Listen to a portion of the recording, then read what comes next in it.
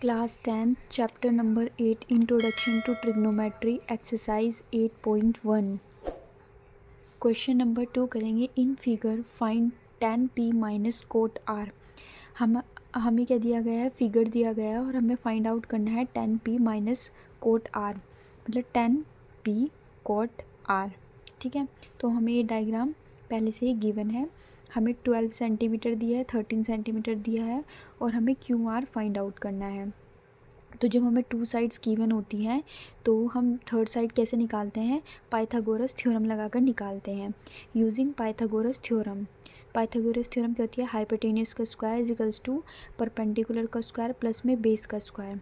Hypotenuse हमारे पास क्या है यहाँ पर, पी आर, तो पी आर का स्क्वायर लिख दिया हमने। ठीक है, फिर हमारे पास जो हाइपोटेनियस ये है, परपेंडिकुलर को कौन सी है हमारे पास, ये वाली पी क्यू, तो पी क्यू का स्क्वायर कर दिया प्लस में बेस कितना है हमारे पास क्यू आर, तो हमने क्यू आर का स्क्वायर कर दिया। ठीक है, अब हम यहाँ पर क्या करेंगे, इन सब की वैल्यूज़ को पुट करेंगे। जो पी आर है वो हमें कितना गिवन है, 13 लिख दिया हमने, 13 का square equals to P Q हमारे पास कितना है 12, तो हमने लिख दिया यहाँ पर 12 का स्क्वायर प्लस में क्यू आर, ये हमें फाइंड आउट करनी है। ठीक है, क्यू आर हमें फाइंड आउट करनी है। 13 का स्क्वायर कितना है 169, 12 का स्क्वायर कितना होता है 144 प्लस में क्यू आर स्क्वायर। अब 169 इधर ये प्लस में है, इक्वल्स टू के इधर ये प्लस में है ना, तो ये इधर आकर क्या हो जाएगा minus 144 equals to Q R square. ठीक है, तो हम क्या करेंगे, इसमें से इसको माइनस करेंगे तो हमारे पास क्या हो जाएगा 25, और जो इसका स्क्वायर था ये इधर क्या लगेगा, अंडर रूट लग जाएगा। तो ये 25 किसका अंडर स्क्वायर रूट होता है 5 का। कैसे, जैसे हमने यहाँ पर लिखा 25, 5 जो 25 और 5 वन जो 5, तो मतलब 5। ठीक है, ये 25 किससे बनता है 5 × 5 से, मतलब हमारा किसका स्क्वायर रूट है 5 का। तो इजिकल्स टू क्यू आर, तो हमारे पास 5 कितना आ गया 5 सेंटीमीटर, क्यू आर कितना आ गया हमारे पास 5 सेंटीमीटर। तो इसलिए हमने यहाँ पर जो फाइंड आउट करा तब जाके मैंने ये 5 लिखा है यहाँ पर। पहले हमें सिर्फ 2 ही साइड गिवन थी, थर्ड हमको निकालनी थी, हमने पाइथागोरस थ्योरम लगाकर निकाल ली।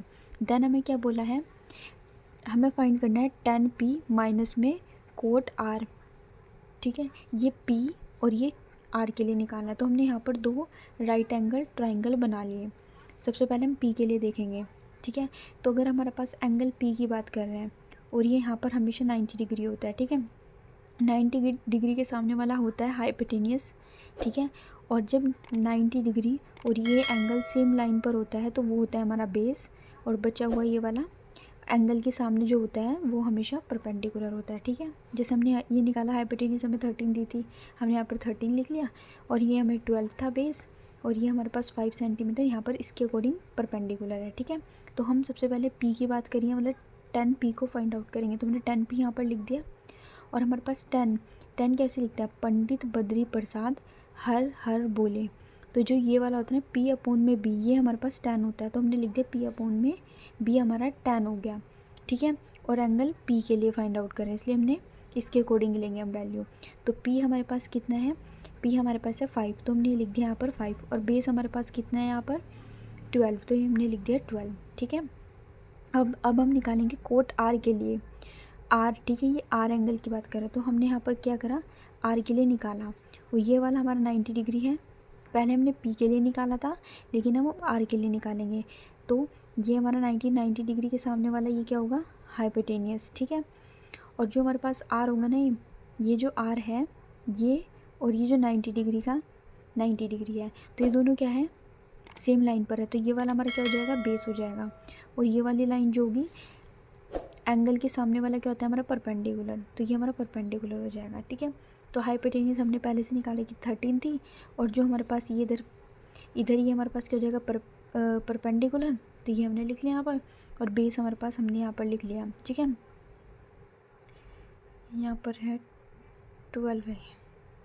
ठीक है, और ये 5 है, यहाँ पर 12 था, 12 सेंटीमीटर। ठीक है, तो कोट पी क्या होता है, 10 का अपोजिट क्या होता है कोट होता है। तो p, अभी 10 हमने क्या लिखा था p अपॉन में b, लेकिन कोट क्या हो जाएगा p अपॉन में b अपॉन में p।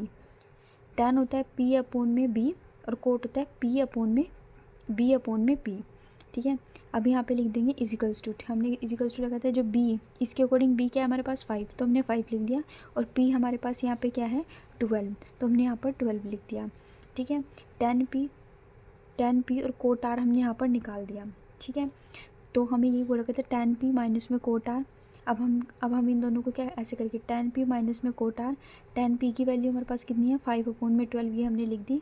और कोट आर की वैल्यू हमारे पास कितनी है 5/12, तो ये भी हमने 5/12 लिख दिया। तो ये हमारे पास पॉजिटिव में और ये हमारे पास पूरा का पूरा नेगेटिव में है। तो पॉजिटिव नेगेटिव क्या हो जाता है, पूरे कैंसिल होकर 0 हमारा आंसर आ जाएगा।